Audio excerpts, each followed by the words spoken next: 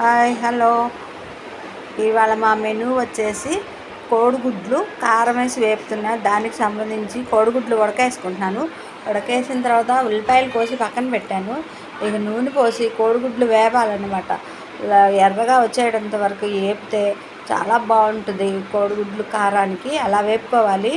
పులుసు అయితే అలా ఉడకబెట్టుకొని వేసుకోవాలండి.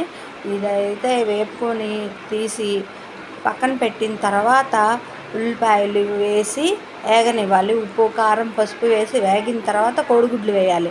చాలా టేస్ట్గా వచ్చింది కూర. చాలా బాగుంటుంది అనమాట. నేనైతే నాకు ఇష్టం ఇలాగే చేసుకుంటాను. ముందు నూనెలో కోడిగుడ్లు వేపి పక్కన పెట్టుకున్నాక ఉల్లిపాయలు మగ్గనిస్తాను. మీరు ఇలాగే చేస్తారా? కామెంట్ చేయండి. నేనైతే ఇలాగే చేసుకుంటాను. చాలా బాగుంటుంది. అలా వస్తుంది అనమాట కారం వేసి వేపిన తర్వాత.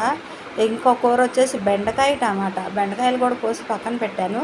దానికి ఉల్లిపాయ పచ్చిమిరపకాయలు కోసాను, టమాటాలు కూడా కోసాను.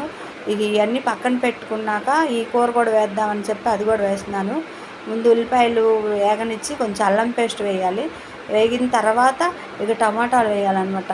ఇది బాగా వేగాలి. అల్లం పచ్చివాసన పోయిన దాకా వేగనిచ్చి టమాటాలు వేస్తున్నాను. టమాటాలు వేసి అదొక పావు గంట మగ్గనివ్వాలి.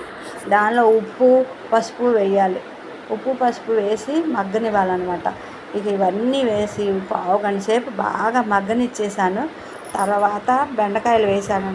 బెండకాయలు కూడా మగ్గనివ్వాలి. బాగా మగ్గిన తర్వాత అప్పుడు కారం వేసుకోవాలి. టమాటాలు మగ్గినవి బెండకాయలు వేసేసా. బెండకాయలు బాగా మగ్గాలన్నమాట. సన్న మంట మీద వేస్తే చాలా బాగుంటుంది కూర కూడా. నీరంతా వచ్చింది, బెండకాయలు నీరు వచ్చింది కదండి, అది బాగా మగ్గిపోవాలి. ఆ నీరుతోనే నీరుతో మగ్గిద్ది. నీళ్ళు పోయే అవసరం లేదు. చాలా బాగుంటుంది. చిలకడ దుంపలు ఉడకేస్తున్నాను. చిలకడ దుంపలు అయితే అదిగో కూర ఇలా వచ్చింది. ఎగిరిపోయింది శుభ్రంగా.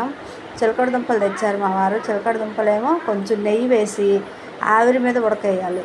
చాలా టేస్ట్ బాగుంటుంది అనమాట. అదిగో నెయ్యి వేసి పొయ్యి మీద పెట్టాను.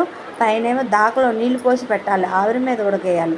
ఇదేం కోడిగుడ్లు పగిలిపోయానండి. దాన్ని ఆమ్లెట్ వేసుకున్నాను.